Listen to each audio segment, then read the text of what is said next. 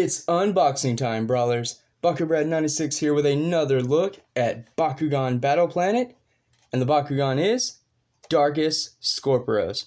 So I've actually skipped over this Bakugan quite a lot at my local Ross, but after reviewing my Battle Planet collection, I realized I didn't have it.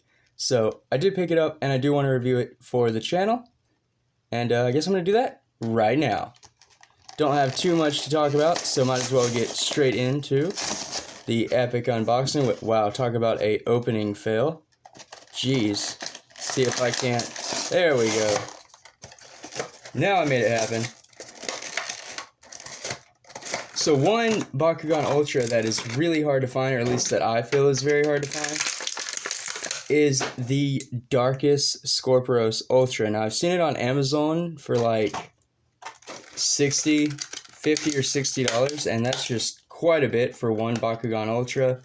I don't see myself paying that, but it would be really nice to find the DARKUS SKORPOROS Ultra, maybe even at Ross or another discount retailer that gets overstocked at times.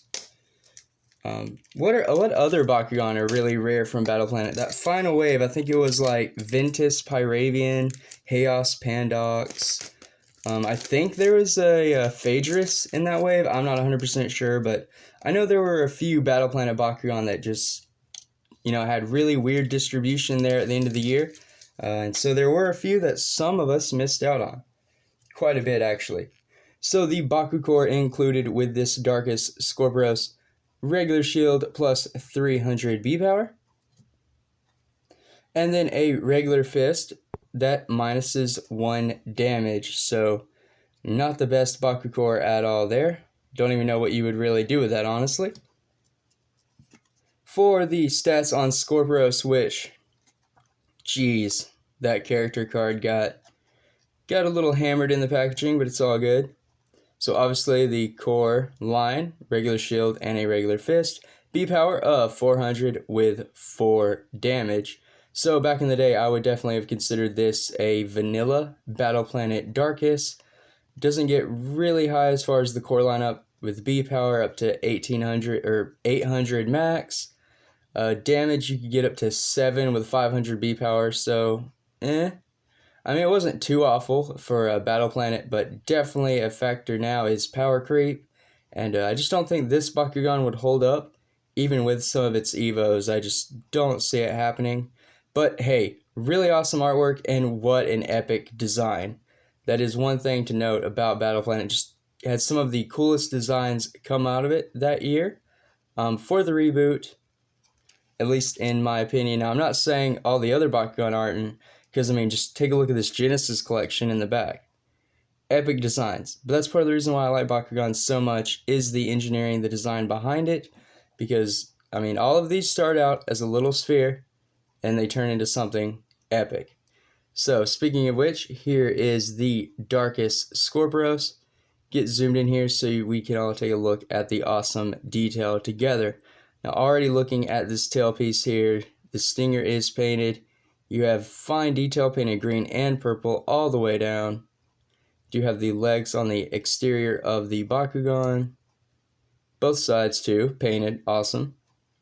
Then of course the little pinchers are what they are supposed to be, and the head. So a very basic design. This is a core Bakugan, but they managed to fit in quite a bit of detail, at least in my opinion.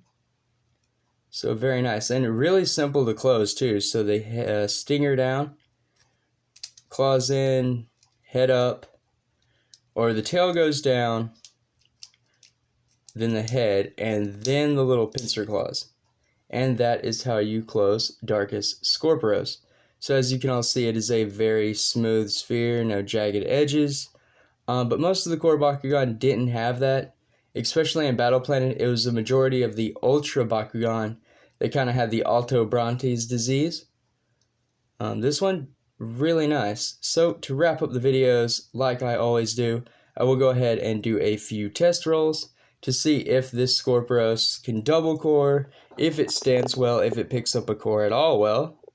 That's how I just like to do things. But here is the channel mascot, Lightning Voltex.